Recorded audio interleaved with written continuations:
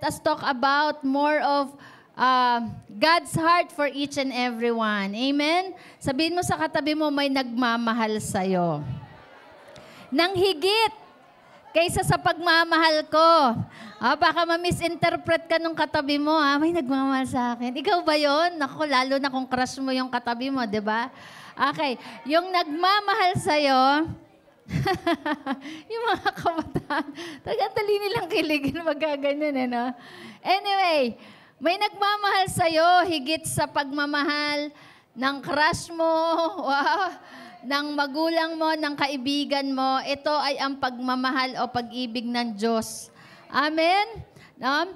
So, pag-usapan po natin yung nangyari sa anak ni David, na si Absalom. Tayo po yung, magbasa, no? Basahin po natin from the book of 2 Samuel, chapter 18, verses 3 to 5, 9, 15, 20, 28, and to 29. Ready ka na ba? Ayan. Nice, Andre. Okay. Samahan niyo po ako sa pagbasa. Sabi dyan, ito po yung panahon na kung saan si Absalom po ay nagrebelde na. Di ba last time, pinag-usapan po natin yung pagkakasala ni David, no, kay Bathsheba. And because of that sin, nagkaroon po, pinatawad naman siya ng Panginoon. Pero may consequence, no? May consequence yung ginawa ni David.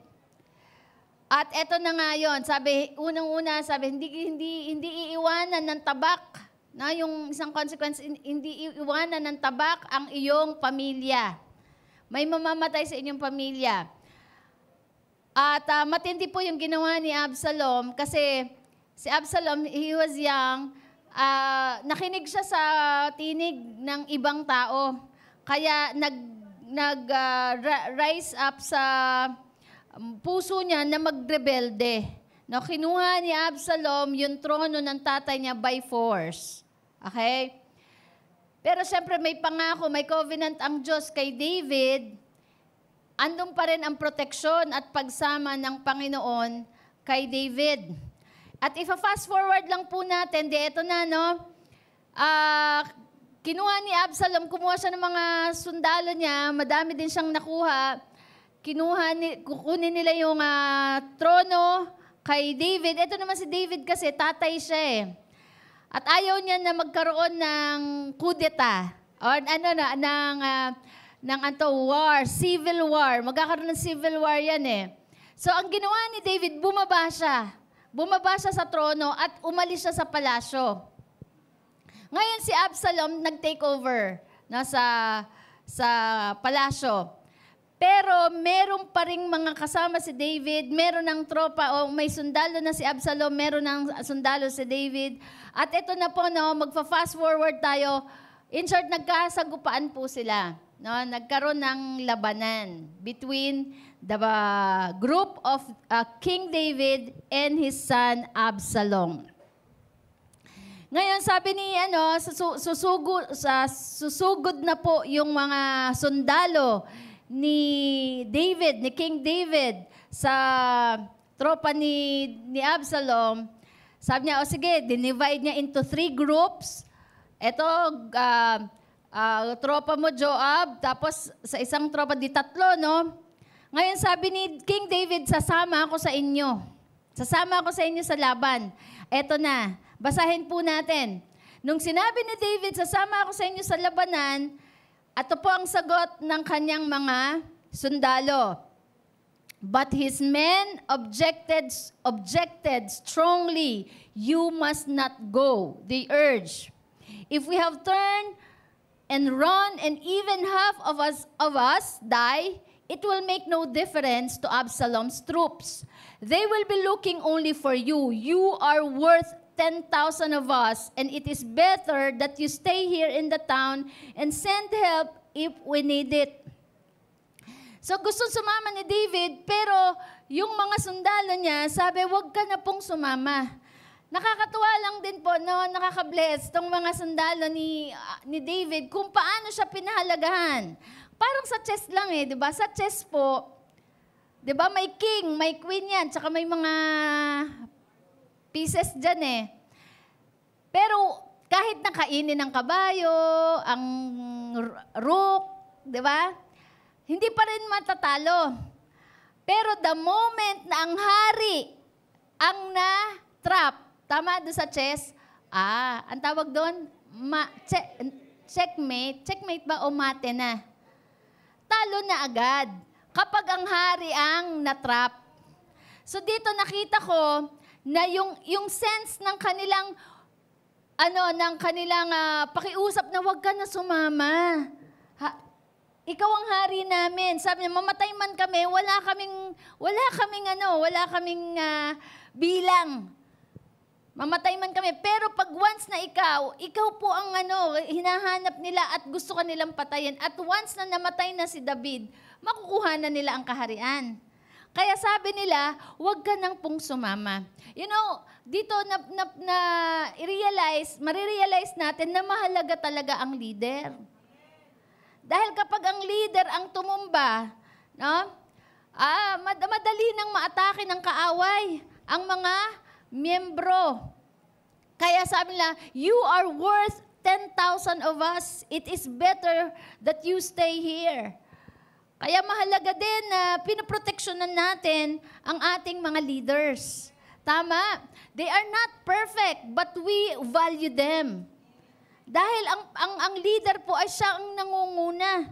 Dahil kapag wala nang mangunguna sa isang organisasyon o kahit sa isang pamilya, di ba sinong leader ng family? Tatay. Kapag tumumba na ang tatay, naku po, yan na. Di ba nagkakagulo na ang pamilya? Ang mga anak, ang buong pamilya. So we need to protect the leader of the family. We need to protect the leader of an organization. We need to protect the leader of the church. Amen. So sabi niya, tuloy po natin, if you think that's the best plan, sabi ni David, I'll do it. The king answered. So he stood along the gate of the town. Di na sumama si David as all the troops marched out in groups of hundreds and thousands. The king gave his command to Joab, Abishai, and Ittai. Ito po yung tatlong leader ng tatlong grupo. Sabi niya, eto na, sabi niya, sige, hindi na lang ako sasama. Pero ito pakiusap ko. Sabi niya, for my sake, alang-alang sa akin. Ito na, the father's heart. For my sake, deal gently with young Absalom. Si Absalom po siya yung panganay na anak ni David. No? So sabi niya, pag natagpuan niyo siya, please deal gently. Sabi, parang ganito, pag natagpuan niyo, huwag niyong patayin. No, pitsarahan niyo lang. Pero huwag niyong patayin. Sabi, please, alang-alang sa akin. Kung siya man ay nagrebelde at gumawa ng masama, huwag niyong tignan yung ginawa niyang masama. Tignan niyo na lang ako bilang hari. Tama? Ganun ang sounds ni David, no? And sabi diyan, and all the troops heard the king give this order to his commanders. During the battle, Absalom happened to come upon some of David's men. Ito na, umatake na sila, no? Umatake na rin ang tropa ni Absalom. And he tried to escape on his mule. So, ibig sabihin, tumaas na yung pressure doon sa labanan at nakita ni Absalom, naku, mukhang dihado na kami dito. Tumakas si Absalom. Sumakay siya sa maliit na kabayo. But as he rode beneath the thick branches of a great tree, siguro, medyo curly siguro ang hair at makapalang hair ni Absalom o baka nakataas na ganon. Kasi itong labanan po na ito, bigyan ko lang kayo ng view, ito po ay naganap sa forest. Kaya sabi nga, mas marami daw ang namatay dito, hindi dahil sa sandata, kundi dahil sila ay nasa gubat, sa loob ng gubat. Siguro may mga ahas, may mga wild animals, no? So mas marami daw ang namatay dahil nandun ang labanan ay nasa loob ng forest. So nung ito na, dumatakas na si Absalom, sumakay sa kabayo, Sabi, beneath the thick branches of a great tree, his hair got caught in the tree. Sumabit yung kanyang buhok doon sa mga sanga ng puno. His mule kept going and left him dangling in the air. Yung mule, tumakbo pa rin, pero siya nakasabit na.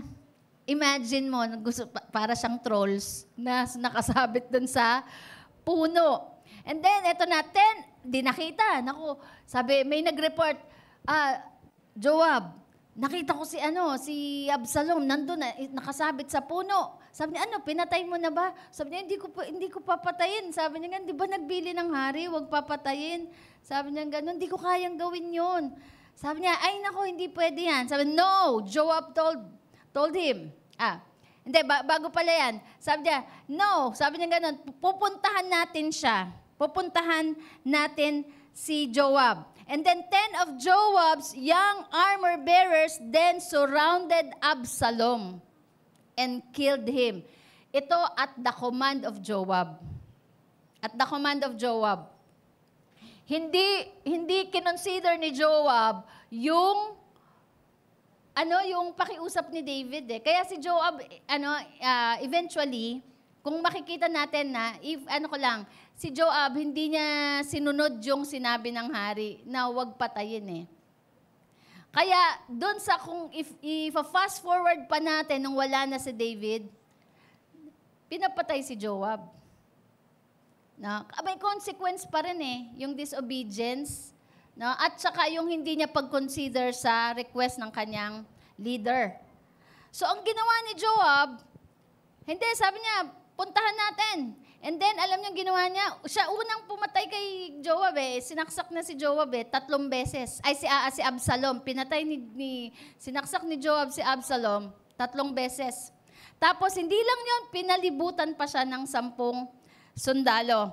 At siniguradong patay siya. So sabi dyan, eto na, fast forward tayo. Ibalitan na natin sa hari, kay King David. Nanalo na sila eh. And eto na, you can be my messenger another time, but not today. Then Ahimaaz cried out of the king, everything is all right. Kasi malayo pa lang, natanaw na sila ni King David, mukhang meron ng mensahero. And sabi, everything is all right. He bowed before the king with his face to the ground and said, praise to the Lord your God, who has handed over the rebels who dared to stand against my Lord the king. So yung statement na yon, nagde-declare na nanalo na sila. Eto na. Tignan nyo, look at the heart of a father. This time, si David, hindi siya tumayo bilang hari, kundi tumayo siya bilang tatay. Kasi kung hari siya, di siyempre magdidiwang na siya, yes, panalo na. Pero tignan nyo, kahit out of the good news na natalo na nila ang mga rebelde, ang nasa puso pa rin ni David ng time na yon, sabi niya, eto, what about young Absalom? Kinumusta niya agad yung anak niya. Sabi niya, is he all right? And Ahimaaz replied, when Joab told me to come, there was a lot of commotion, but I didn't know what was happening. Then the man from Ethiopia arrived and said, I have good news for my lord the king. Ang front pa rin nila, good news. Today the Lord has rescued you from all those who rebelled against you. Ito na naman. Sabi, the king demanded, what about young Absalom? Parang nung time na yon, wala siyang pakialam o wala sa kanya, hindi naman sa walang pakialam. Hindi sa kanya hindi nagmamatter sa kanya yung tagumpay eh. Ang nagmamatter sa kanya, kumusta yung anak ko? Is he all right?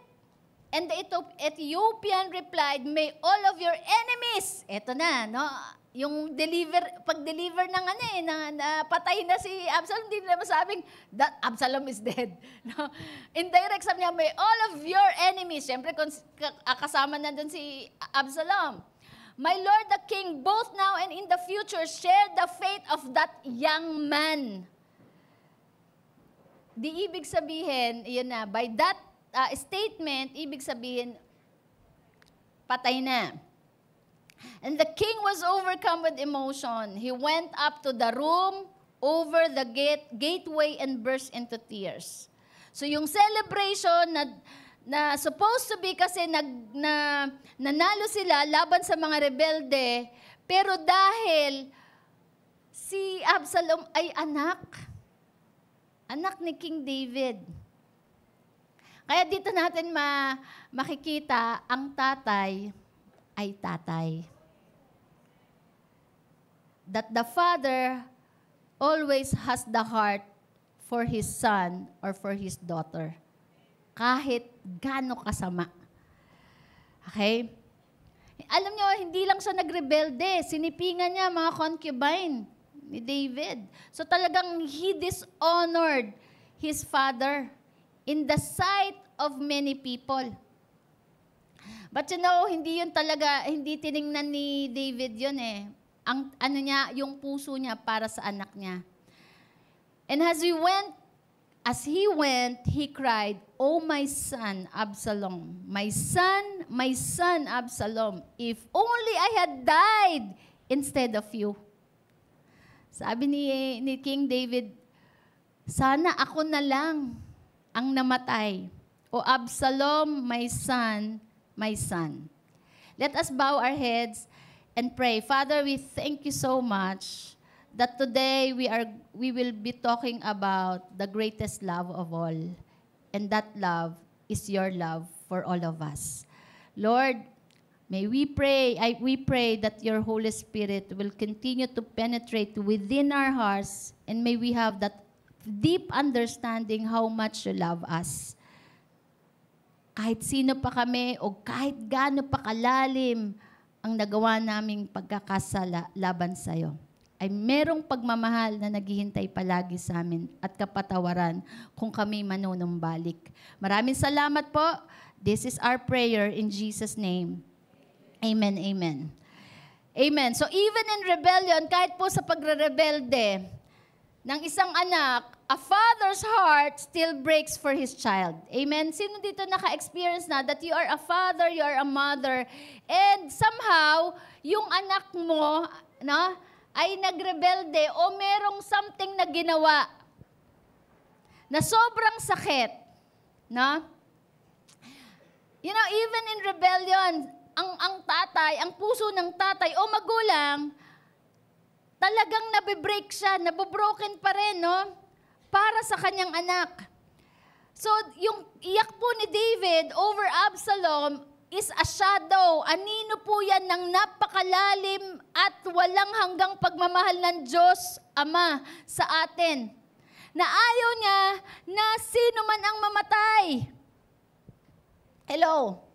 Kaya nga sabi sa Peter, sabi niya, none should perish. Ayaw niya na mapahamak ang sino man. And because of that, our God, the Father, did not just wish to die in our place. Hindi lang niya, sana wag kang mamatay, sana wag mamatay ang mga tao. Pero anong ginawa niya? Binigay niya ang kanyang bugtong na anak. Upang tayo, in replacement for us, na dapat tayo ang mamamatay, the punishment of death, ay sinakop o in-embrace ng kaisa-isang anak na si Kristo Jesus. Dahil mahal na mahal ng Diyos ang mga tao. Amen? Let us think about this bago tayo magpatuloy. Isipin natin na tayo yung Absalom. At si David ang ama. Let us understand the heart of God as a father to us. Minsan tinitignan natin siya sa view na siya ay creator, di ba? Siya ay king, all-powerful, he is holy, but seldom nakikita natin ang Diyos bilang Ama. Kaya, imbis na tayo ay lumapit sa Kanya, tayo ay lumalayo. And ngayon pag-usapan natin, kung ano ba ang Diyos, sino ba ang Diyos sa atin? Kaya nga, no, nung tayo'y bumalik sa Panginoon, tumanggap tayo, sabing ganon, ng John 1:12, binigyan niya tayo ng, He gives us the right to become His children. Kaya ang pagpasok natin, tayo na born again, tayo ay ibinalik sa relasyon ng pagiging ama ng Diyos at tayo yung anak. Hello. Let us understand now the heart of a father. Maybe, ang hirap intindihin, ano ba talaga ang tatay? Kasi meron tayong tatay na gumawa ng masama sa pamilya natin. May mga tatay na umiwan sa kanyang mga anak, nag-abandon sa anak. May mga tatay na dysfunctional, na hindi maramdaman ang pagmamahal ng anak sa kanyang tatay. Kaya ngayon, no, ang kaisipan ng ating generation, na ang tatay ay masama, di ba? Kaya ngayon, pagka sa Diyos na, iba na yung image, no? Hindi na maniwala na ang tatay ay, ang ama natin sa langit ay mapagmahal at mapagpatawad at punong-puno ng compassion. So, what happened? Ang generation lumalayo sa Diyos, no? Kasi hindi natin makita na ang Diyos ay ama. He's not just a creator, no? He's not just the creator of the universe. He's not just the King of Kings and Lord of Lords, but He's a Father. Amen. So number 1, our God is a Father in pain when we rebel. Every time we rebel. Tandaan po natin ang ating Diyos Ama sa langit ay nasasaktan every time po tayo'y nagre-rebelde. Katulad ni David, no, na sobrang sakit para sa kanya na si Absalom po ay nagrebelde. Kaya nga ito ang pakiusap ni David, sabi niya, deal gently with young Absalom. Kasi that moment, ng kasagsagan ng parang civil war na, papunta na doon, na ang puso ni David, sobrang sakit. Sobrang in pain. Why? Because mismong anak niya ang nagrebelde at lumaban sa kanya. Kaya ganun pa man, hindi galit ang naghari sa puso ni David, kundi pagmamahal. Sabi niya, deal gently with young Absalom. Siguro kung galit ang naghari kay David, sasabihin niya, sige, patayin niyo na. Sabi niya, deal gently with young Absalom for my sake. Kaya naalala niyo na si Job. Di ba ni-request si Job na i-test? Sabi niya, sige. Pero huwag mo na siyang gagalawin. Di ba? Sabi ng Diyos. Pero dahil malaki ang tiwala ni Lord, ng Diyos kay Job, nag-request pa rin na i-test. O sige, sabi niya, wag mo lang siyang papatayin. Pwede mo lagyan ng sugat ang buong katawan, pero wag mo lang papatayin. At ganun din si Peter, nung he was ni-request na i-sift siya, anong ginawa ni Jesus? Sabi niya, ni-request ng demonyo na ikaw ay i-sift. Ano sa Tagalog nun? I-test.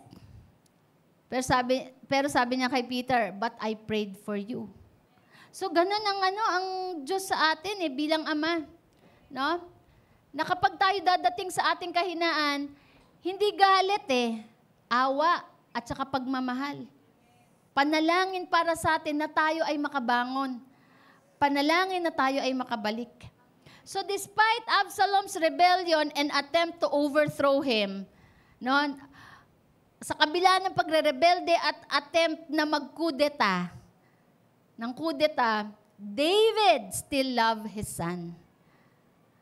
Kaya nga, in spite of our rebellion, the Father, our God, in heaven loves us.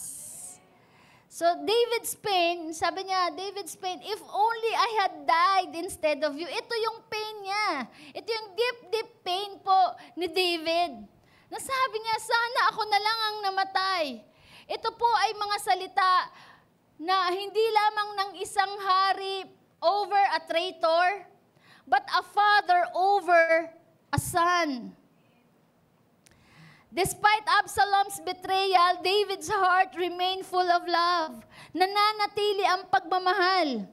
Hello. Kaya sa oras na to, gustong sabihin sa iyo ng Panginoon, anuman ang sitwasyon mo ngayon, nagrebelde ka man o anuman ang mga bagay na ginawa mo, laban sa kanyang mga utos, mahal ka ng Diyos. Because the love of a father is not based on our performance. The love of a father is not based on a child's performance, but on the relationship. Ano ibig sabihin nun? Hindi sa kung ano yung ginawa mong maganda, mabuti o pangit man yan.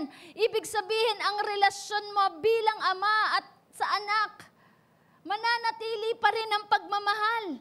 Amen. Hindi ko naman sinabi, no? Halimbawa, nagkaroon ka man ng poor performance sa school, di ba? O ikaw man ay tumaas ang performance mo. Hello? Pumalpak ka man, o maganda man ang nagawa mo, still, ganun pa rin ang pagmamahal sa atin ng Diyos. Hello? Kasi di ba minsan tayo may mga magulang na conditional na conditional. Kaya nga tayo rin sa oras na tuturuan din tayo ng kanyang salita, mga magulang, kung paano ba tayo magmamahal sa ating mga anak. Hello. Kaya kahit yan bagsak-bagsak, yung mga anak, wag naman maging excuse, no? Pero kahit bagsak-bagsak yan, mahal pa rin natin ang anak natin. Hello. Kahit madapa-dapa yan, tama? O di ba, nung maliit yan, kahit nadadapa yan, anong ginagawa natin? Tinutulungan natin, ginagamot pa rin natin.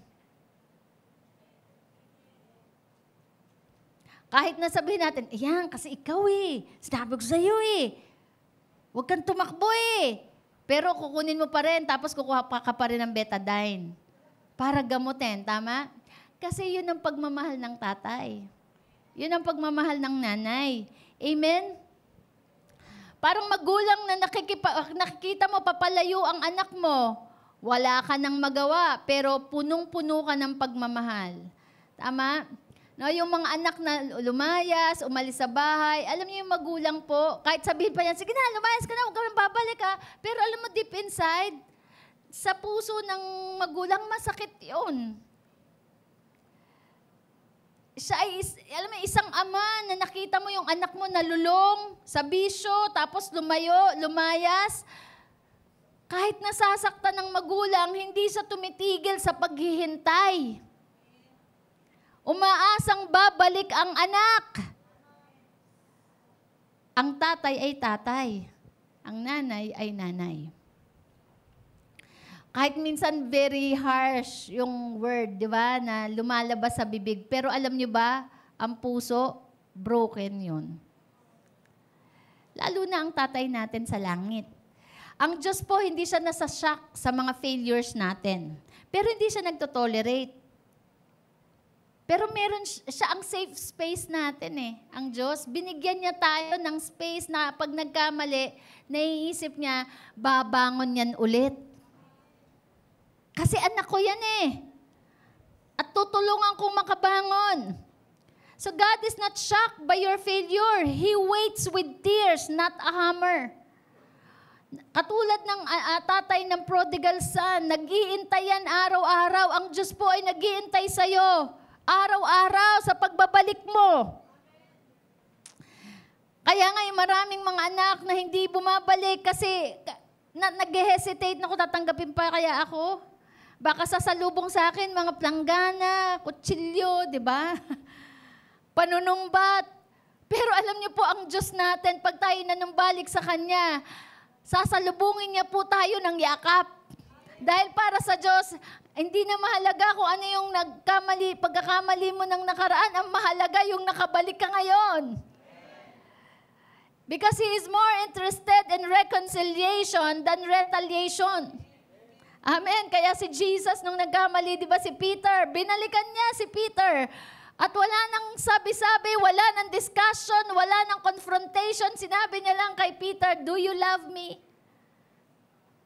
Mahalaga sa Diyos yung manumbalik lang po tayo sa Kanya. At ang nakaraan, tapos na yan. para sa Diyos. Ang ating Panginoon po ay mapagpatawad.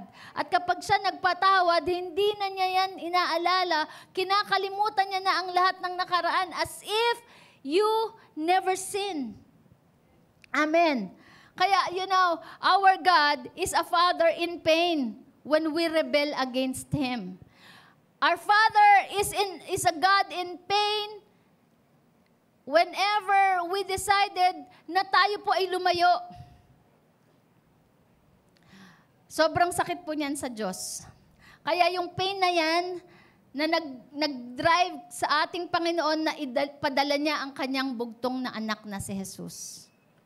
Hoping and believing that when we put our trust in His Son, we will be restored. We will be redeemed. Amen. Hoping na tayo ay manunumbalik. Amen. Buti na lang sabihin mo sa katabi mo, nandito ka. Amen. Secondly, our God is a Father who longs for our restoration. Yes, our God is a Father in pain, but also He is our God. Our God is a Father who longs for our restoration. Diba sabi sa John 3:16, "For God so loved the world that He gave His only Son." That pain and that love drives our God to send His Son, Jesus Christ. Kaya sabi ni David, ulitin ko po ulit, i-re-echo ko ulit ang sinabi, i-echo ko yung sinabi ni David, "If only I had died, sana ako na lang," which is very true to our God. Dahil ayaw niya, sabi niya, "For God so loved the world that He gave His only Son, that whosoever believe in Him shall not perish." Dahil ayaw ng Panginoon na tayo ay mapahamak.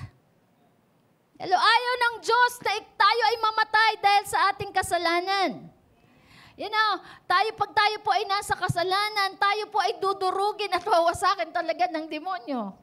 Kaya sabi ng John 10:10, di ba? "The thief comes to steal, to kill, and destroy." Yan ang plano ng Diyos, ay ng demonyo sa tao. Wasakin at patayin nang malayo siya sa Diyos. Pero ang Panginoon, gano'n na lang ang kanyang pagmamahal na ayaw niya sino man ang mapahamak. So, in replacement for us, God actually did it, no? Because Jesus died for our sake. Namatay si Jesus paalang-alang sa atin. Hello. Kaya nga si David, nung time na, kung pwede nga lang, ako na lang ang mamatay eh. Ba't ikaw pa? Ganun ang puso ng Diyos sa atin. Huwag ka lang mapahamak. Huwag ka lang mamatay. Huwag kang mapaimpyerno. Ako na lang. Kaya nga si Jesus namatay. Pinako sa krus. Hello. At ang pagkamatay ni Jesus ay hindi lang basta binaril. Diba? Kundi talagang mula ulo hanggang talampakan ay may latay at dinuraan, napahiwalay sa Ama. Diba? Pinagbintangan, pinako sa krus, hinampas, nilagyan ng koronang tinik. Yan ay alang-alang sa atin. Dahil yung if only I had died, sana ako na lang. So Jesus is the true and better Absalom, not a rebel. Tayo yung Absalom. Si Jesus yung perfect son. Yes, Jesus was rejected, but that so that we, the rebel, could be reconciled. Si Jesus mismo, nakaranas po na siya ng rejection. Na naranasan niya yung mga pains din at the cross, yung trato sa kanya. Pero for the sake na ang mga rebelde ay may ma-reconcile sa Diyos. For the sake na ikaw at ako ay may ma-reconcile sa Ama. Hello! Kaya po yung John 3:16, no, shows the cost of love. May bayad po ang salvation. May bayad po ang eternal life at iyan po ay binayaran ng ating Panginoong Hesus. God gave what was most precious to save those who least deserve it. Amen? Binigay ng Diyos yung kanyang precious son na pinakamahalaga, kaisa-isang anak para lamang iligtas yung mga tao na katulad natin na hindi natin deserving maligtas kasi tayo ay rebelde. Tayo ay makasalanan. Hello? Kaya alam niyo po ba, ang pinakamalakas na iyak at sigaw ng pag-ibig ng Ama is the cross. Ang sigaw na yan, you are worth dying for. Hallelujah. Yun ang tingin ng Diyos sa iyo at sa akin na kahit tayo makasalanan at rebelde, ang sigaw ng pagmamahal ng Ama, you are worth dying for. May halaga ka. Amen? Ganun po kalalim ang pagiging tatay ng Ama sa atin. Adoption, not abandonment. Hindi niya tayo iniwanan nung tayo ay rebelde. Hindi niya tayo iniwanan nung tayo ay nagsiswimming sa kasalanan. Kundi habang ginagawa natin ang kasalanan, umiiyak ang puso ng Diyos. Hello? Kaya nga kung meron man tayong nakikitang condemnation, naririnig condemnation, rejection sa tao, tama? I tell you, ngayong umaga, gustong iparating sa iyo ng Diyos na hindi ka kinokondem ng Panginoon. Hindi ka kinokondem ng Ama. Nasasaktan siya. Nasasaktan siya kapag ikaw ay gumagawa, tayo ay gumagawa ng kasalanan. At ang hiling ng puso ng Diyos, manumbalik ka. Amen? So ganun po ang lalim ng pagmamahal at pagiging tatay ng Diyos. Hindi ka niya iiwanan sa panahon na ikaw ay nandoon sa kasalanan. At kung ikaw man ay tumumba, madapa, hindi ka iiwanan ng Panginoon. Kaya nga inawit na ay yung binasa po natin sa Isaiah 43, sabi niya, dumaan ka man sa apoy, di ka masusunog. Dumaan ka man sa ilog, di ka malulunod. At sabi din ng Diyos, I will never leave you nor forsake you. Iwanan ka man ng iyong mga magulang, hindi kita iiwanan. Yan po ay ang katotohanan ng pag-ibig ng Diyos para sa ating lahat. Amen?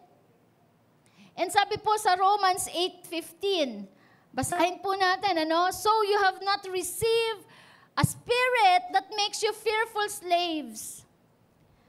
Di ba tayo po, pagka tayo nasa kasalanan, ang kasalanan po ay unang-unang dinudulot niyan sa atin ay takot. Pero dahil po sa pag-ibig at handang kapatawaran ng Diyos sa atin, anong sabi dyan? Instead, you receive God's Spirit when He adopted you as His own children. Kaya nga sa pamamagitan ni Kristo Jesus, tayo po ay naibalik sa Ama. Na yung mga makasalanan, rebelding mga anak, ay tinayuan ng ating Panginoong Jesus. Kaya nga sabi, I am the way. Jesus said, I am the way, the truth, and the life. No one can come to the Father. Hindi sinabing no one can come to God, but no one can come to the Father except through me. Dahil si Jesus ang tumayong perfect Son, the perfect Son, na naging pintuan ng lahat ng mga rebelde na sa pamamagitan niya, sa kanyang pagkamatay, sa kanyang sacrifices, because of His submission and obedience, everyone na nagrebelde, makakalapit sa Ama sa pamamagitan niya. Kaya walang makakaparoon sa Ama, kundi sa pamamagitan lamang ni Jesus na siyang sumunod at nagpasakop sa Diyos. Tayong lahat kaya we will enter through Jesus Christ. Amen? And sabi dyan, you receive God's Spirit. Nung tinanggap natin si Jesus, tinanggap din natin ang Espiritu ng Diyos na nagtetestify sa atin na tayo ay anak ng Diyos. Tayo ay kanyang anak. Sabihin mo, ako'y anak ng Diyos. Ako'y anak ng Diyos. And that Spirit testify in your spirit that you are a child of God. Amen. Kaya nga yung confidence that we call Him Abba, Father. Abba. Amen. Sino dito yung nagkamali ka, nagkasala ka sa tatay mo, sa nanay mo? Tama? No? Di ba lahat naman tayo? Tama, no? Yan, ba, yung hindi ka nagbayad ng tuition fee, nangupit ka, tama? No? O anumang mga nagawang offenses sa magulang. Pag-uwi mo, di ba, na-found out ng magulang mo na nagkamali ka, pero ang tawag mo pa rin sa nanay mo, sa tatay mo, mami pa rin. Ano, tatay pa rin, nanay, tay, hindi naman yung ano na eh. No? Halimbawa, sample na natin si Levi, kunyari malaki na. Nagkamali, di ba? Ng cheeks, ganun de, joke lang. Huwag naman. Sa tamang panahon. Nagkamali, pag-uwi, ang tatawag niya na lang kay Chris. Chris na lang, wala nang tatay. Hindi na daddy kasi wala na yung pagkatatay. Hindi, di ba? Tatay pa rin. Hindi na sabing Camille. Wala na yung pagiging relasyon ng magulang. Tama? Andun pa rin. Tatawag mo pa rin tatay. Ang mahalaga, manumbalik tayo sa Diyos. Lumapit tayo lalo sa Diyos. Kapag ka dumating ka sa panahon na ikaw ay nasa kahinaan at pagkakamali, huwag kang lalayo sa Diyos. Lumapit ka. Tawagin mo pa rin siyang tatay. Dahil ang relasyon, hindi yan na sisira dahil sa isang pagkakamali. Tama? Di ba, Gidi? Naka-experience ka naman nun? Di ba hindi naman nawala ang pagkananay ni MJ sa'yo? At saka tatay ni Baxter? Tatay pa rin, nanay pa rin eh. Kaya nga yung relasyon na binuo sa pamamagitan ni Jesus, na naging yung itawag na nating tatay ang Diyos, tatay na talaga natin siya. Hello? Sabihin mo sa katabi mo, meron tayong Ama sa langit. We can call Him Abba Father. Because sabi, anyone who received Jesus Christ, John 1:12, Andre, John 1:12, anyone who received Jesus Christ has been given the right, sabi nyo, right. Sa Tagalog niyan ay karapatan. The right to become children of God. Now we can call Him Abba Father. Sa John 1:12. Alam niyo po ba? Ayan na. Sige. Buti na lang memorize ko. Kaya mahalaga talaga memorize eh. Favorite ko yun, John 1:12. No? Kasi yun ang nagtetestify na tayo ay anak ng Diyos. Ako ay anak ng Diyos. Amen? Na ibig sabihin yung relasyon na yan, hindi na yan mapuputol. Anak ka na ng Diyos sa pamamagitan ng pananampalataya mo kay Jesus. Yet to all who receive Him, to those who believe in His name, He gave the right to become children of God. Amen. Alam niyo po, sa Rome, in ancient Rome, kasi sabi, we are adopted eh. Now, we are adopted through Jesus Christ. Hello. Ito, magandang ilustrasyon yan eh. Di ba yung pag nag-adopt ka, yung bata na in-adopt mo, inampon mo, ay tinuturing mo ng tunay mong anak. Amen. So sa ancient Rome po, ang kanilang rule, na kapag ka ikaw ay nag-ampon, yung adopted child mo na yan will receive the full rights. Alam niyo, sabi nga nila, I have heard, no, ang anak pwedeng alisan ng mana. Pero ang ampon hindi pwede. Kasi yung anak, no, pwede kasing hindi mo piniling magkaroon ng anak eh. Tama? Pero yung pag-aampon, yan ay by choice. Kaya ngayon, the moment na inadapt mo ang isang bata, hindi mo pwede yan pabayaan. So sa ancient Rome, yun ang ano nila, merong adoption meant full rights, not partial membership. So tayo din, no? We have the full rights to become children of God. Kaya tinawag din po tayong co-heir. Ano yung co-heir? Katagapagmana. So, kaya nga yung langit nag-aabang sa'yo. May mansion doon. Hello? At hindi lang sa langit, kahit dito, pagpapalain ka na ng Diyos, pagpapalain ka ng Diyos kasi anak ka niya. Ang mga pangako niya ay para sa'yo. Hello? So, adoption is deliberate. Sinasadya yan. Intentional yan. Tama? By choice. So, hindi lang tayo basta, o sige na, napilitan ng Diyos na kunin tayo, but He wanted us. Gusto ka ng Diyos. Gusto ka niya ng Diyos na nasa poder ka niya. Hello? So, even when we fail or rebel, tandaan po natin, kahit tayo mag-fail, mag-rebel, God's heart longs for our return, not our destruction. Di ba minsan ni-inject sa atin ng kaaway, nagkasala ka, yan na, galit sa'yo ang Diyos. Lagot ka. Galit sa'yo ang Diyos, di ka makakatapak sa church. Babatuhin ka nila, stone to death. That's a deception coming from the enemy. Ang mahalaga sa Diyos, magbalik loob tayo. Magdepende tayo sa Kanyang pagmamahal at sa Kanyang biyaya. Kaya nga, ang ating restoration ay hindi nakadepende sa performance natin. Ang restoration po ay nakadepende sa grace ni Lord. Amen? Kaya nga ito, ang maganda sa prodigal son, kilala niya tatay niya eh. Di ba nung nandun na siya, naglalangoy-langoy na siya dun sa biik, sa mga baboy, sabi niya, babalik na ako sa tatay ko. Sabi niya, doon sa tatay ko, yung mga alipin, ang sarap ng pagkain. Sarap ng buhay nila, babalik na ako sa tatay ko.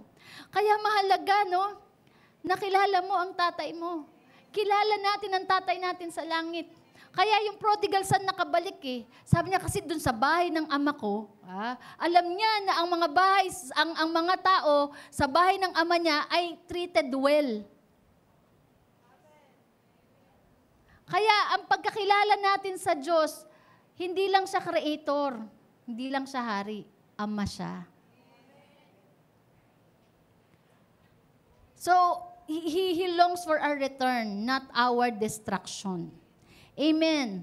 Na parang isang judge ba, sa isang courtroom, na pinardon o pinatawad ang guilty criminal. No? Hindi lang pinatawad, kundi bumaba yung judge. At pinirmahan niya ang adoption paper at kinuha niya yung criminal na yan sa kanyang bahay at inaruga. Ganun po tayo. Hindi lang tayo pinatawad. Ulitin ko po, hindi ka lang pinatawad ng Diyos.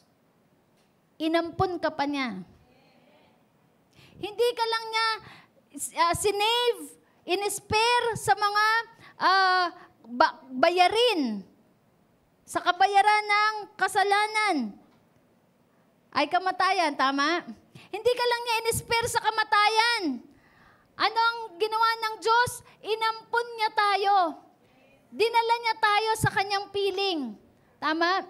Inaruga niya tayo. Ibig sabihin, hindi lang po, ang benefit natin ay hindi lang tayo na-spare sa kamatayan, kundi tayo dinala niya sa kanyang piling, sa kanyang tahanan. It means, lahat ng meron ng Ama, ma-enjoy natin. Kaya ang blessing para sa'yo. Kasi anak ka ng Diyos. Anak tayo ng Diyos. Amen. At ang maganda po dito, we are not earning our seat at God's table. Ibig sabihin po nito, we are not earning our seat at God's table. Wala tayong ibang yung mabuting ginawa. Kasi when you say earning, eto dapat ganito gawin ko. Kailangan mataas ang grade ko. Kailangan mag-repair ako ng bubong. Yung dapat ganito ako. Para ma-earn natin yung kanyang acceptance. Kaya nga sabi ng Bible nung tayo'y makasalanan pa, tayo'y inibig na at minahal ng Diyos. Wala ka pang ginagawang mabuti, tinanggap ka na ng Diyos. Amen. Ngayon, bakit tayo gagawa ng mabuti? Kasi tayo'y anak na ng Diyos. Pero nung time na wala pa tayong ginagawang mabuti, accepted na tayo. don't misunderstood this, no? Na, ay, pwede pala. Kahit pala ako gumawa ng mga kasalanan, tanggap ako. Mahal tayo, tanggap naman talaga tayo. Pero sabi ng Bible, ang kasalanan na magpapahiwalay sa atin sa Diyos. It grieves the heart of God.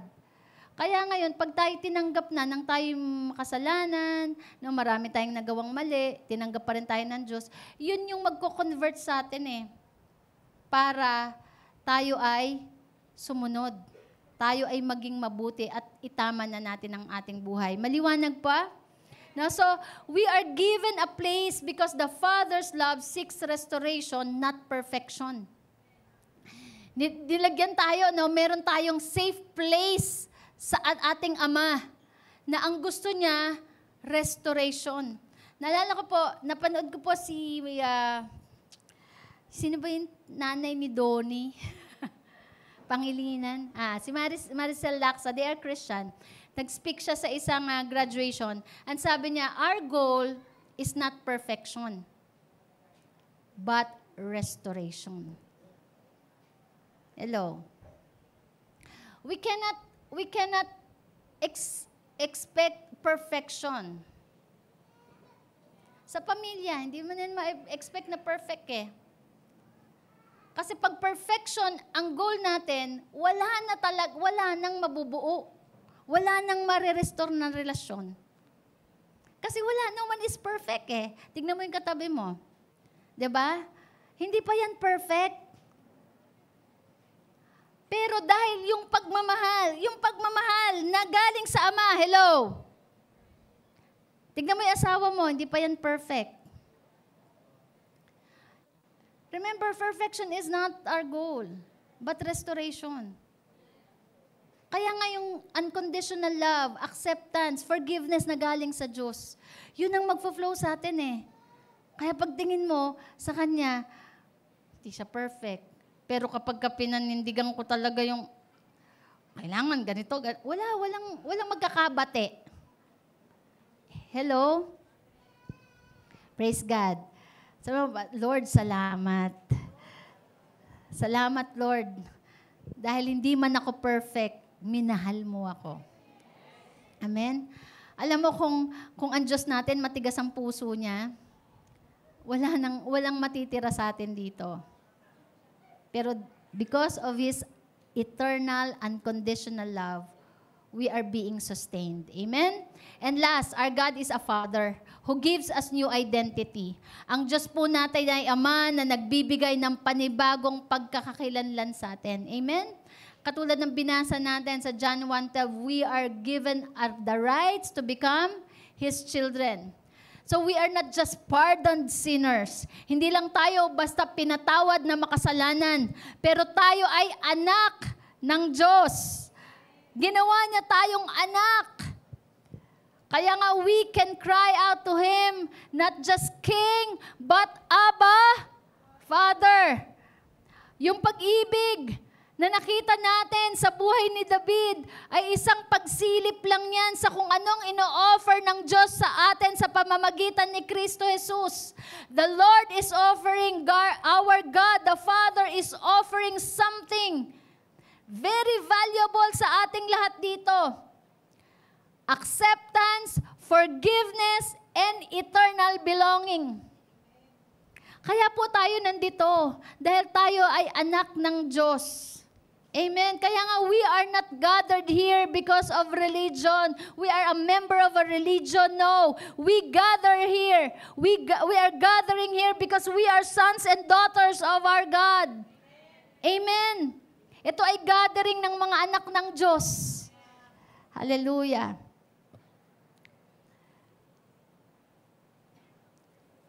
And always remember, He gave His Son. Kaya tayo tinawag ng body of Christ because of Jesus. Jesus is the greatest substitution. Amen? Nung tayo dapat papatayin sumigaw ang Diyos. Sumigaw ang Ama, substitution! Palit, palit, palit! Hindi na si Joy, si Jesus na. Diba? Substitution, hindi na si Paulo ang paparusahan, si Jesus na. Hindi na hindi na si Jeff ang babatuhin. Si Jesus na. Substitution. Amen? David wished to die in the place of Absalom. So God did die in our place by giving Jesus. And Jesus is the Son who obeyed so that rebellious sons and daughters might live. Amen? Si Jesus, yung Son, yung anak na sumunod, kapalit ng mga rebelding anak. Hallelujah. Kaya nga, we are not restored by our effort, but by exchange. Ulitin ko po. We are not saved, we are not restored by our effort, but by exchange. His life for ours. Kasi sabi din po ng Bible, lahat ng ating ginawang mabubuti ay tulad ng isang maruming basahan sa harapan ng Diyos. Kaya tayo ay na-restore, naligtas, hindi sa effort natin, kundi dahil nagkaroon ng exchange. Ng pagpalit. No? Pinalitan, nag-substitution. Sa buhay ni Kristo, kapalit ng ating buhay. Hello? Kaya po ang cross is not just a symbol of love. Alam niyo ba, ang cross ay hindi lang simbolo yan ng pag-ibig, kundi iyan ay resibo. Sabihin mo nga, resibo. Tama? Di ba pagka ikaw ay nagsanla ng alahas, pagsanla, kukunin mo, babayaran mo, ilalabas yung sinanla, yung alahas, kasama yung resibo na nakalagay, paid. So the cross of Jesus Christ is not just a symbol of love, but it declares your adoption is paid full. Idinideclare ng cross na ang kasalanan natin ay bayad na. At ang cross ang nagde-declare na tayo ay anak ng Diyos. Amen? Kaya alam niyo po, tayo bilang mga anak, hindi po tayo naman tinotolerate ng Ama. We are not tolerated, but we are treasured. Pinahahalagahan. Mahal na mahal ng Diyos. Kaya nga, for God so loved. Hindi lang sinabing for God loved, but so loved. Sobrang mahal tayo ng Diyos. Kaya hindi naman tumigas ang puso ng Diyos dahil sa pagre-rebelde natin. But the heart of God actually was broken by our absence. Kaya pag ikaw wala ka sa church, wala ka sa cell group, nandun ka sa ibang cell group, inuman cell group, no? Alam niyo ba na hindi tumitigas ang puso ng Diyos, kundi siya ay nasasaktan at ano yung broken? Nababasag. Basag na basag ang puso ng Diyos dahil wala tayo. Hello? Kaya nga alam niyo po ang representative ng pagmamahal ng Diyos, yung mga leader natin.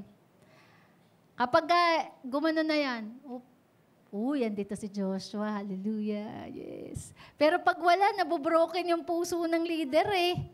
Tama, tapos ganyan naman, andito si Laribel, yes. Pero pag wala, wala si Laribel. Absent, di ba? Talagang heartbroken ng leader eh.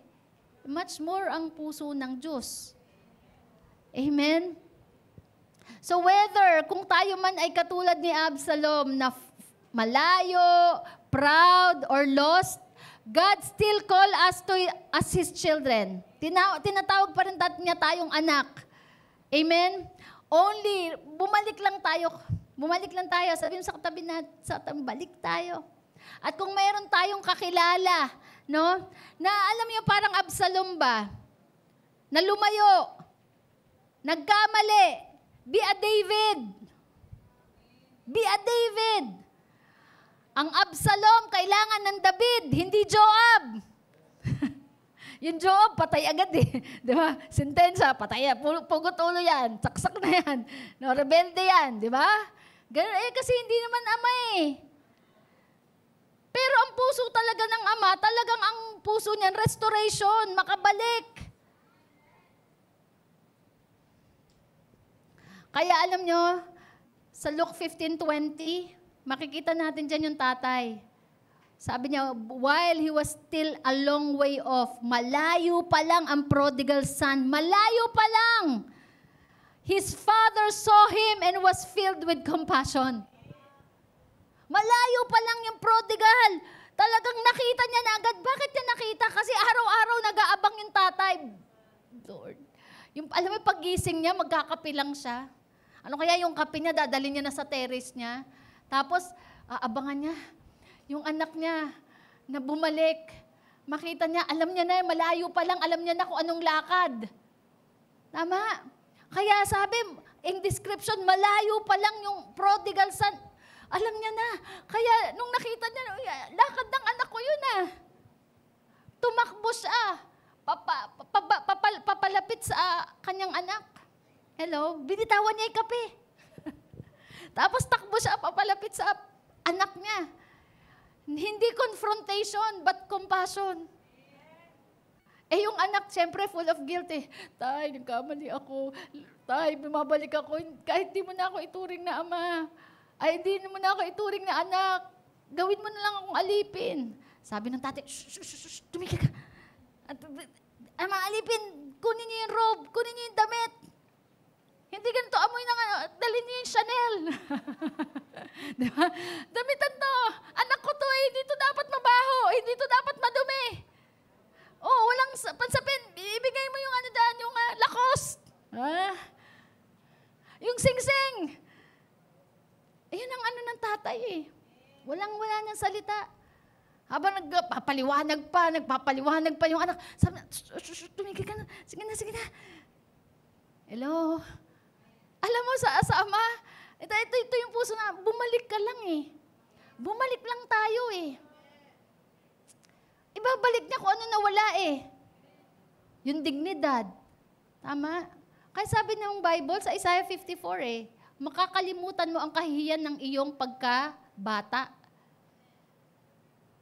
Kahit anong palpak na ginawa natin in the past, pwedeng maaalala yan ng tao, pero ang Diyos, borado. Amen? Kapag pinatawad ka na ng Diyos from east to west. Amen? No? That is the love of the Father. Kaya din, matuto din tayo ng mga magulang. Ako natututo. Uy. Diba? Ay, yung mga magiging magulang dyan. O mga leader dyan. Diba? Pag minsan ganito yung anak nagkamali. O, di ba ginawa mo yun na 1 taon? Di ba? Ganun pa talaga. Pero ang Diyos hindi ganun. Kung ang Diyos hindi ganun, mga magulang, kung ating Diyos ay Ama, ang Ama sa langit, nagpatawad, ganun magmahal, ganun magpatawad. At tayo din mismo pinatawad eh. Sino dito yung mga pinatawad na? Amen. Amen. So like the prodigal father, God is not waiting to judge, but to embrace. Restoration is not returning to rules, but returning to the relationship. That is the essence of restoration. Yung bumalik ka at mabuo ulit ang relasyon. Amen? So, pwedeng napalayo tayo dahil sa kasalanan, pero ang puso ng Ama ay nag-i-stretch para lang tayo abutin. Amen. So, God is not seeking perfect children. He is seeking repentant ones. Hindi siya nagsisik ng perfectong anak. Pero ang hinahantay niya ay yung nagsisising anak. Alam niyo po, sabi ni Augustine, God loves each of us as if we're only one of us. Anong ibig sabihin? Ganon ang pagmamahal ng Ama sa atin. Na as if ikaw lang ang nag-iisa niyang anak. You are not just one of His children. Ganon tayo mahalin ng Diyos. Diba tayo, halimbawa ako, 6 ang anak ko. Diba, minsan may reservation pa yung pagmamahal mo doon sa isa kasi meron ka pang 5. Tama? Pero tayo, ang pagmamahal ng Diyos sa atin, ikaw lang, natatangi. Ganon ang pagmamahal. Ganon ang quality ng pagmamahal ng Diyos sa'yo at sa akin, 100%. Amen? So no matter how far you have fallen, you are never out of reach from the Father's embrace. Kahit anuman at ilang beses kang bumagsak, hindi ka kailanman hindi kayang abutin ng yakap ng Diyos. Amen? Our God is a Father like no other. Walang katulad ang ating Diyos bilang Ama. God doesn't just forgive rebels, He adopts them. Amen? He doesn't tolerate the broken. He restores them. He didn't just wish to save us. He sent His Son to take our place. Yan ang pagmamahal at nagawa ng pagmamahal ng Diyos sa atin. Amen? And let us receive that. Tanggapin mo lang. Tanggapin lang natin. Huwag mo na isipin na, hindi na ako karapat-dapat. Di ba ganun hindi na ako karapat-dapat. Hindi na ako makakabalik. Pride po yan. Ibaba natin ang ating mga sarili at tanggapin na natin. Tanggapin natin na kailangan natin kapatawaran ng Diyos. Kailangan natin ng Diyos. Amen? At kahit hindi tayo karapat-dapat, tanggapin din natin ang pagmamahal ng Diyos. Amen? So return to the Father's heart. Bumalik ka sa puso ng Ama. Let go of shame. Ano man ang kahihiyan, katulad ng prodigal, gaano man ang kahihiyan na nagawa niya, bumalik siya sa Ama. Stop striving for perfection. Just be a son and daughter. Come and be restored, not as a servant, but as a child. Amen. Return to the Father's heart. You are a child of God. We are children of God. Amen. Amen. Let us bow our heads and let us pray. Anybody here who wanted to receive the love of the Father? Anybody who wanted to receive the love of the Father? Just put your hand in your heart, on your heart. We will pray. Father, thank you that you did not wait for me to be perfect. Hindi mo inintay na maging perfect kami para tawagin mo kaming anak, ituring mo kaming anak, at pahalagahan mo kami. Lord, walang katulad at kaparis ang iyong pagmamahal. Salamat po. Because of that love, it drives me to be back again in your embrace. And thank you for your Son, Jesus Christ. Thank you for Jesus who took my place. Who substitute, Lord, na dapat ako ang mamatay. Pero dahil sa kanyang pagsunod at pagmamahal, pinili niyang siya ang mamatay sa krus. And at this time, Lord, I acknowledge Him as my Lord and my Savior. Salamat po, Panginoong Yesus, na kinuha mo ang kaparusahan at kamatayan upang ako ay maligtas. Inaamin ko po, Panginoon, na ako'y nagkasala. At tinatanggap ko din po ang iyong pagmamahal. At sabi mo sa iyong salita, sino man ang manampalataya sa iyo, bibigyan ng karapatang maging anak ng Diyos. Naniniwala po ako na ako ngayon ay anak ng Diyos. Salamat po sa pag-restore mo sa akin, sa lahat ng nawala. Kahit yung kumpiyansa ko sa sarili ko, ay ibinabalik mo, Panginoon, sa oras na to. Salamat po sa pagmamahal. You are my Father. You are my God. You are my Lord. In Jesus' name, amen. Amen. Amen. Sandali lang ha, Jury. Sige, palakpakan natin si Lord. Meron lang po akong freebies. Pakibuksan mo na ilaw. Sino dito tumanggap kay Jesus as Lord and Savior? Now you are a child of God. You are a son and a daughter. Wala nang makakapag-alis niyan. Meron na yang selyado na yan ng dugo ni Jesus at selyado na yan ng banal na spirito. Amen? Amen. Gusto ko lang pong freebies lang to para sa pamilya. Sino dito yung may pamilya? Lahat tayo meron. I want to, mabilis, the golden rule way in the family. Kasi bakit? We reflect the love of God. Amen? The love of the Father. So, tinanggap natin ang pag-ibig ng Ama, yung pag-ibig na yan, it should be manifesting in our family. Sino tumanggap dito ng pagmamahal ng Diyos ngayon? Amen. Tayong lahat. Sino tumanggap ng kapatawaran? Amen. And we are treated so well by the Father. At yung pag-treat na yan, pagtrato ng Diyos sa atin, should be manifesting inside our family. Dahil tayo tinuring ng Diyos na kapamilya, tama? So tayo may kapamilya din sa lupa. Kaya ngayon, itong pagtrato ng Diyos sa atin, mag-manifest yan sa pamilya natin. Okay. Sabi ko kay Lord, how can I raise up my children? Paano po ba maging nanay? Paano po ba maging anak? Kahit wala na magulang, ano? Okay. Paano maging anak? Paano maging magulang? Ito sagot ni Lord In reflection to the Father's love, Matthew 7:12 ang sabi, so in everything do to others what you would have them do to you. For this sums up the law and the prophets. Ano ang nagsasum sa commandments o sa law? Ang sabi ni Jesus, gawin mo ang lahat ng mabubuti sa iba na gusto mong gawin sa'yo. It sums up the commandment, the law. Amen. Ngayon, paano ka magiging asawa? Paano ka magiging anak? Paano ka magiging magulang?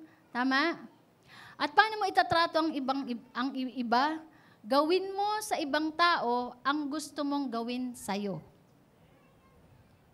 Since tayo dito ngayon, sure na tayo na nakareceive tayo ng pag-ibig ng Diyos.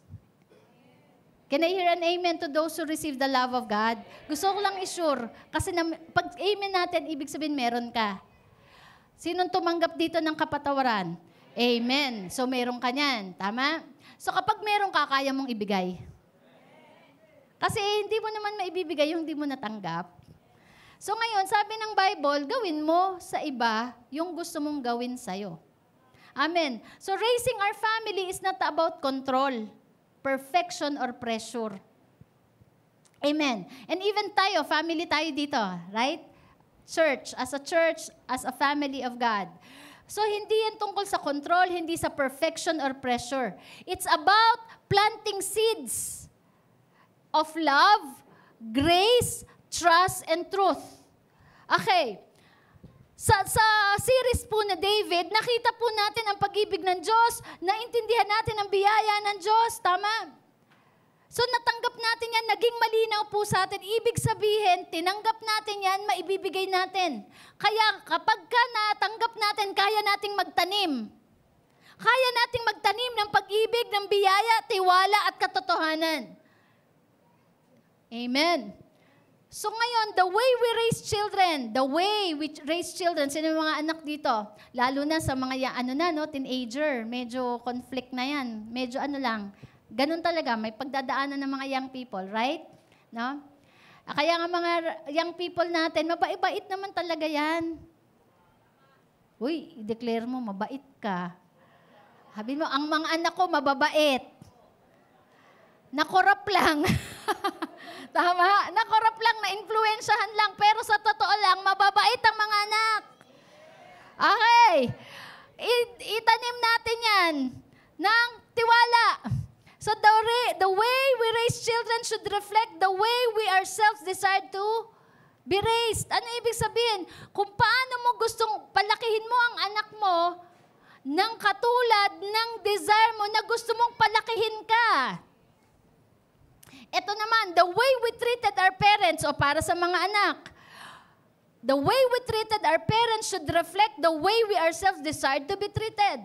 Kaya itrato mo naman, mga anak, hindi ka pa magulang ngayon, pero anak ka pa lang ngayon. Itrato mo ang magulang mo the way gusto mong itrato ka ng anak mo in the future. So let's these principles guide you. Ito. Basahin natin. Pwede natin ilagay dyan, Treat them the way you wanted to be treated. Malinaw. Itrato mo ang kapwa mo kung paano ka gustong itrato. Forgive them the way you wanted to be forgiven. Magpatawad ka tulad ng gusto mong paano ka patawarin. Encourage them the way you wanted to be encouraged. Trust them the way you wanted to be trusted. Love them the way you wanted to be loved. Respect them the way you wanted to be respected. Irespeto mo ang kapwa mo. Kasama na yan ang kapamilya, ha? Anak yan, asawa, magulang. Irespeto mo kung paano mo gusto kang respetuhin. Halimbawa, pasigaw ka, ikaw ba gusto mo sinisigawan ka? Di ba? Sino dito yung gusto mong sinisigawan ka? Hindi, ganito na talaga ako eh. Bisaya ako eh. Ganun, expect mo, ganun ka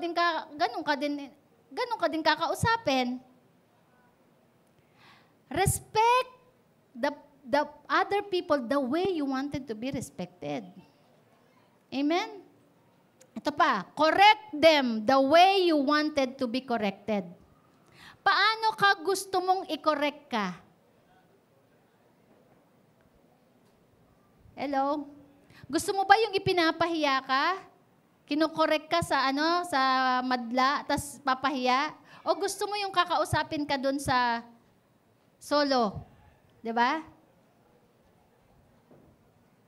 Kasi sabi nga nila, ang buhay ay parang parang bola na nagbubumerang yan. Yung pag tinalbog mo, yung hinampas mo, tatalbog yan. Malinaw. Help them the way you wanted to be helped. And take care of them the way you wanted to be taken care of. Amen? Dahil sabi naman ng Bible what we sow is what we will reap.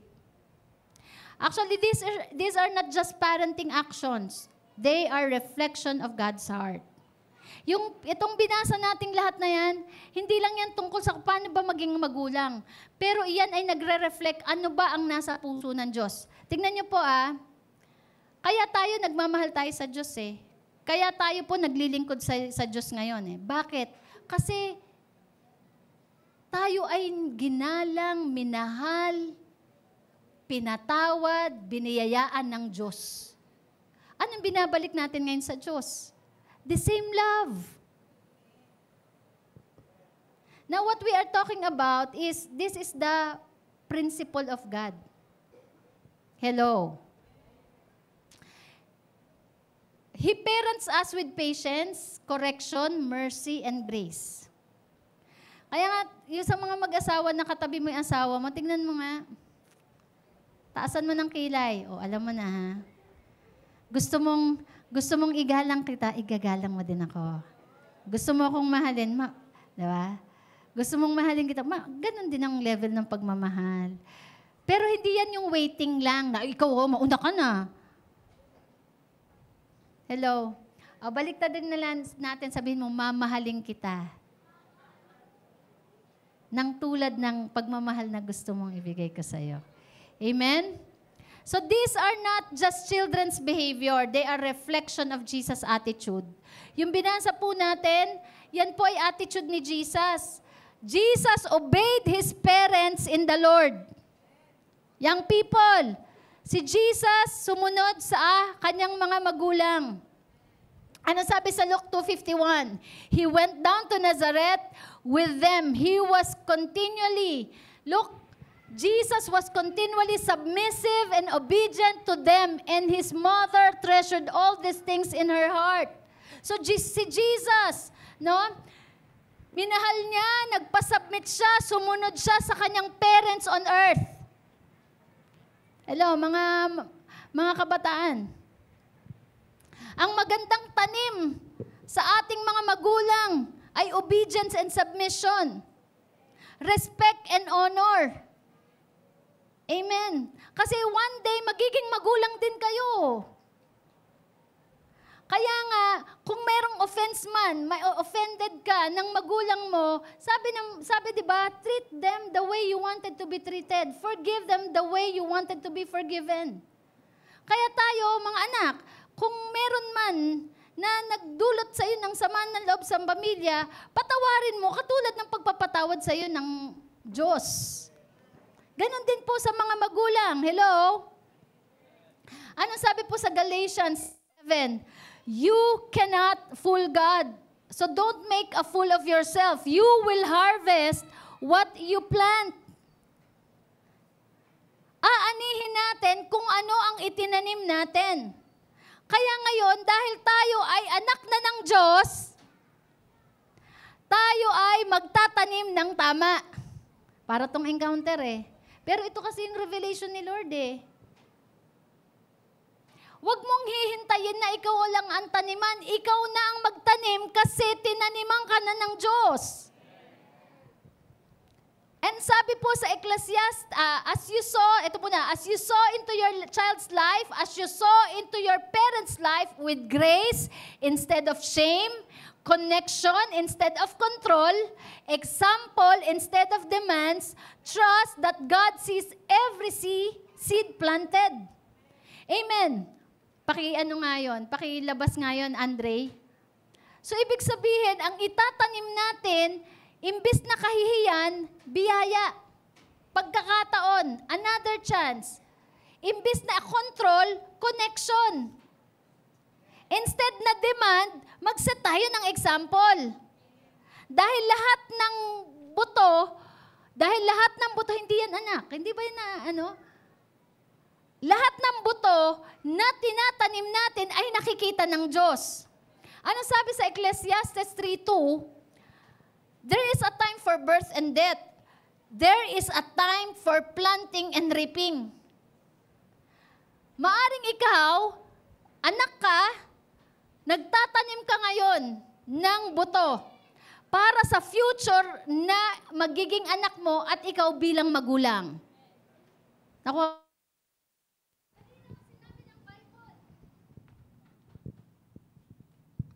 ito po ay katotohanan.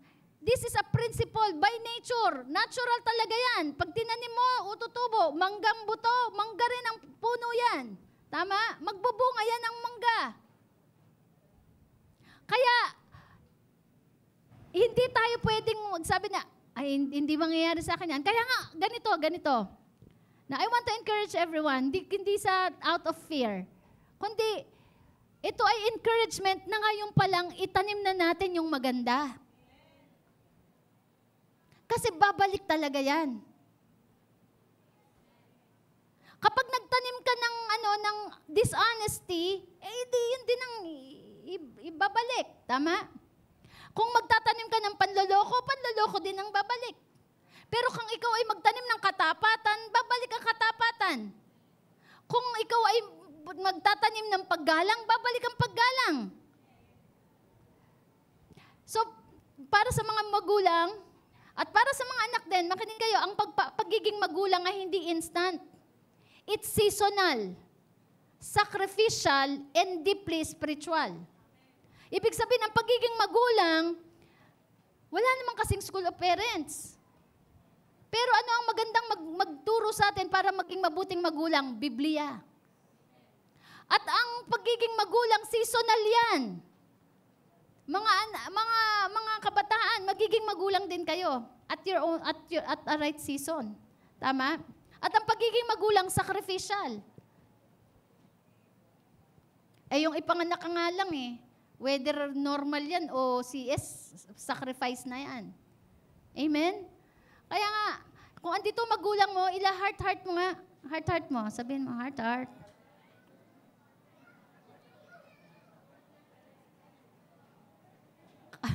Kaya, mga anak, hello, kung ikaw ay nakokorek ng magulang mo, abay, huwag ka mag-retaliate. Ang isipin mo na lang, kaya ka pinapagalitan kasi mahal ka. Kinokorek ka. At isipin mo na lang, naku, yung nanay ko, naalala ko, at least yung kanyang buhay, muntik na siyang mapahamak dahil sa pagpapanganak sa akin. Isipin nyo na lang yun, balikan nyo na lang yun. Pwede ba yun? Ah? Sabi dyan, keep sowing in love. Patuloy kang magtanim ng pagmamahal and you will reap a legacy far greater than what the world can offer. Ulitin ko po. Keep sowing. Patuloy tayong magtanim ng pagmamahal. Katulad ng pagmamahal ng Diyos sa atin. Ang pagmamahal ng Diyos sa atin ay hindi tumigil sa krus. Hanggang ngayon, nagtatanim pa rin at nagtatanim ang Diyos sa iyo ng pagmamahal. Amen? Keep sowing in love and you will reap a legacy. You will reap a legacy far greater than what the world can offer. Ano sabi dito po ako mag-end, no? Sabi sa Galatians 6:9-10, let's not get tired of doing what is good. Huwag kang mapagod sa paggawa ng mabuti. Amen? No? Marami nga hindi napapagod sa paggawa ng masama. Pero sabi ng Bible, huwag kang mapagod sa paggawa ng mabuti because one day, say to your neighbor, one day, you will too become parents. Continue to sow seeds of respect, submission. Amen? Sabihin mo, keep doing what is good. Keep doing what is good. At the right time, you will reap a harvest. Don't give up. Amen? No? Kaya magulang, tignan niyo yung mga anak niyo. Ang anak po natin na hindi perfect. They are not perfect. Katulad din natin nung teenager tayo. Tayo naman, kung magalit, kala mo naman talaga, perfect tayo ng teenager, di ba? Hindi ko naman tinotolerate. It's not tolerance, ha? Hindi ko tinotolerate na, okay yan, ha? Pero the way we treat them, amen? Amen. Amen. Love tayo sa mga teenager, heart. Sabihin nyo, pagdadaanan nyo lang yan. Pagdadaanan nyo lang yung season na yan. Pero we want to make sure, young people, tingin kayo sa akin, young people, pagdadaanan nyo lang yung season na yan. Pero we want to make sure na nandiyan kami sa season nyo. Hindi namin kayo iwanan. Amen? Kung katabi mo yung anak mo, sabihin mo, season mo lang yan. Pero sisiguraduhin ko, andito kami. Diba? Kung katabi mo ang disciple mo, sabihin mo, season mo lang yan. Pero sisiguraduhin ko, hindi kita iiwanan. Hindi kita pababayaan. Hallelujah. Diba? You sounds like God. Diba, Rian? Heart. May season lang naman yan, hindi na yan palagi Dadating din yung mga young people, magmamature din yan Katulad natin, nagmature naman tayo Nagmature ba, mga parents? Nagmature ba tayo, mga parents? At magmamature din yan. Siguraduhin lang natin, di natin sila iwanan. Amen? So, someday they will understand. They will understand. And let us read this. Isaiah 1:19, para sa mga anak, no? If you will obey me, you will eat the good crops from the land. Learn from Absalom. Binasa natin, pinag-aralan natin ang buhay ni Absalom, hindi para ma-excuse natin, si Absalom nga Diba? No, we can learn from Absalom. He disobeyed and he dishonored his father. So he reaped what he saw. Kaya ngayon, tinuturuan tayo ng Bible. Sabi, may assurance ang lahat ng sumusunod at gumagalang. If you will obey me, you will eat good crops from the land. Amen. At para din sa mga magulang, do not get tired of doing good. For at the right season, you will reap a great harvest of blessing. Amen. Kung nagsasakripisyo ka ngayon sa pagkokorek, sa pagtuturo, pinag-aaral mo, no?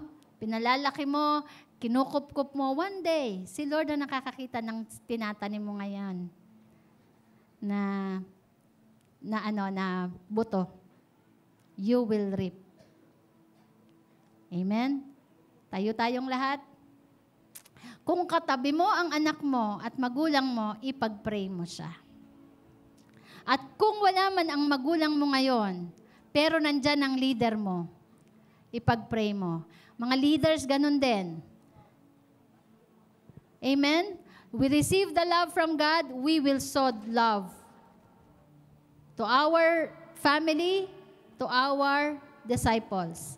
Sige po, lapitan natin, no, parang encounter to, pero ito yung leading ng Holy Spirit, magtanim ka. May mga kabataan po, they are lacking in love. Hayaan natin dito sa church, hindi condemnation. Sabi, no condemnation to those who are in Christ Jesus. Taniman na ng pag-ibig. Taniman natin ang pag-ibig. Palitan natin yung mga maling buto sa buhay nila. Amen. And now let us pray. Mga anak, ganun din. Magtanim ka na rin sa magulang mo ngayon dahil one day you will be a parent. Amen. Sige po, now let us pray. Fill this house with the love of God. Fill this house with the forgiveness of God. Fill this house with the grace of God.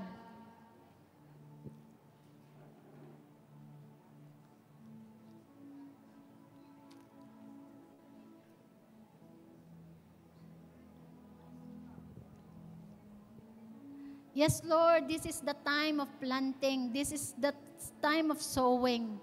Lord, we are sowing words of encouragement, sowing faith, sowing love, sowing forgiveness. Lord, mas lumaki po ang puso namin sa aming mga anak, magulang, kapamilya, sa aming mga disciple, Panginoon, as you have been to us, Lord, na nagmahal, nagpatawad. Tulungan mo po kami, Lord God, that our imperfection, Lord, out of our imperfection, we will be changed by your perfect love.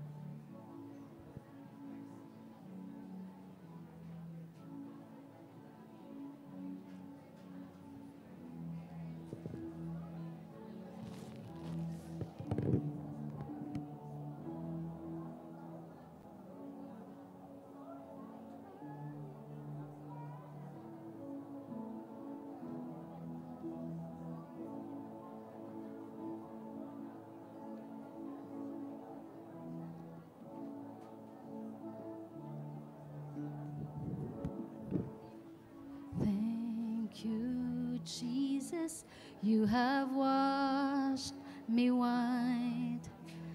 Thank you, Jesus, you have saved my life, brought me from the darkness into glorious life. Thank you, Jesus, for the blood applied. Thank you, Jesus, you have washed me white. Thank you, Jesus, you have my life, brought me from the darkness into glorious life. Thank you, Jesus, for the blood applied. Thank you, Jesus, you have washed me white. Thank you, Jesus, you have saved my life, brought me from the darkness into glorious life. Thank you, Jesus, for what you have done. You are the perfect example of greatest love. Lord, we acknowledge that we need such kind of love, and now we receive it.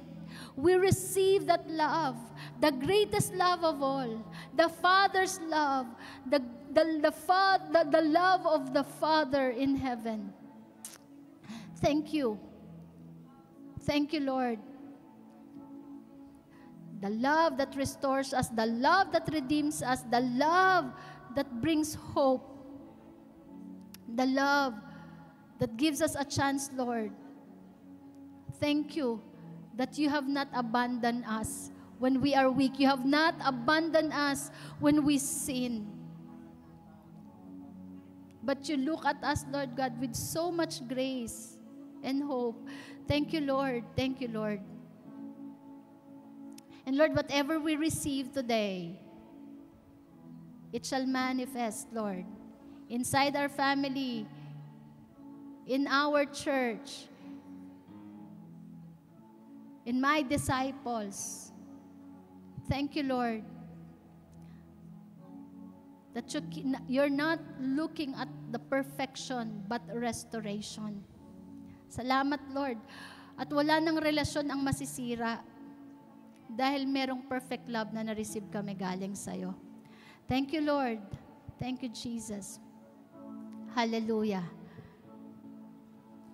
Tawagin ko po ang lahat ng mga leaders po natin. Amen.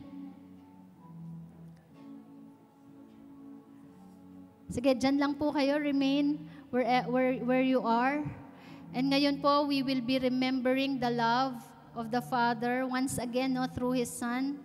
Sabi po sa 1 Corinthians 11:24, "For I received from the Lord what I also pass on to you." You see? Anong sabi dyan? "For I received from the Lord for what I also pass on to you." Kaya nga kung ano po ang tinanggap natin, yun din ang ipapasa natin. Amen?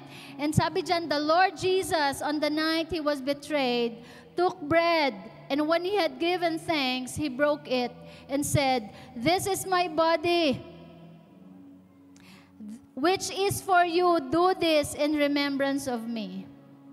The sacrifices of Jesus, the selfless love of Jesus has been given to us. It was broken for the sake of saving us. And in the same way, after supper, He took the cup, saying, "This cup is the new covenant in my blood.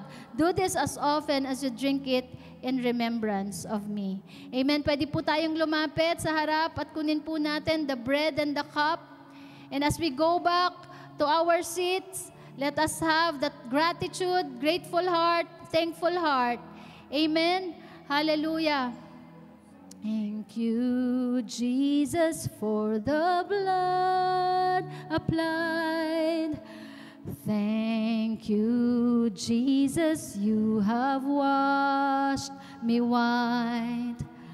Thank you, Jesus, you have saved my life, brought me from the darkness into glorious light.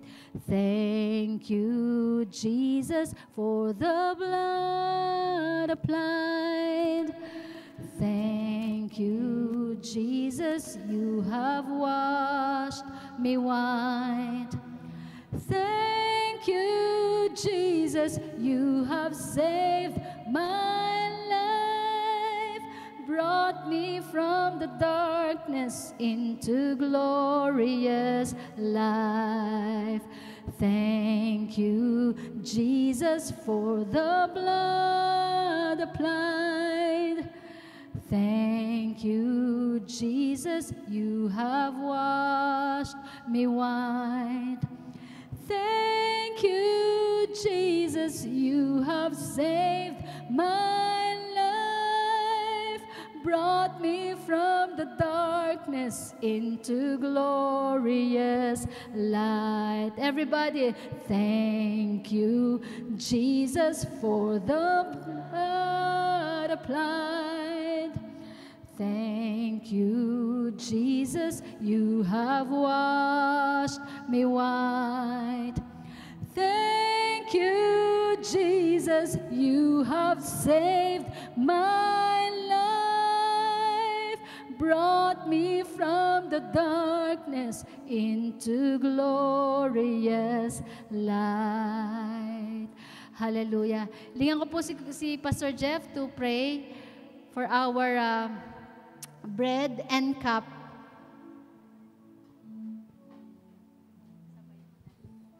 Sige po, tayo po ay manalangin. Unang-una po sa lahat, Panginoon, kami po ay nagpapasalamat sa inyo pong sakripisyo doon po sa cross. Inaalala niyo po namin, Panginoon, ang bawat latay, ang bawat sakripisyo na ginawa mo nga po, Panginoon. Salamat po, Panginoon, sa inyong pong banal na dugo at doon po sa tinapay na pinagpera-peraso niyo po upang kami po, Panginoon, ay magbuklod at pawiin po, Panginoon, yung aming po mga kasalanan, Ama. Lord, pagpalain mo po ito, Diyos, at sa bawat pag-inom at pagkain po namin, Panginoon, sa mga simbolo pong ito, Lord, kami po ay malinis at maalala po namin, Panginoon, kung paano mo po kami, Panginoon, minahal, kung paano niyo po sinakripisyo ang inyong pong buhay para po sa amin po, Ama. Lord, salamat po, Panginoon, at itinataas ka po namin, Ama, ngayon pong oras pong ito. Ito po aming dalangin sa pangalan ni Jesus. Amen. Sige po, sabay-sabay nating kanin at inumin.